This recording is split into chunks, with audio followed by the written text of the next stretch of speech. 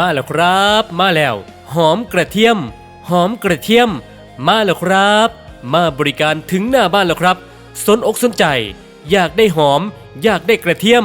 ออกมาเลือกซื้อเลือกหากันได้เลยเด้อครับหอมกระเทียมมาแล้วมาบริการถึงที่ออกมาเลือกซื้อเลือกหากันได้เลย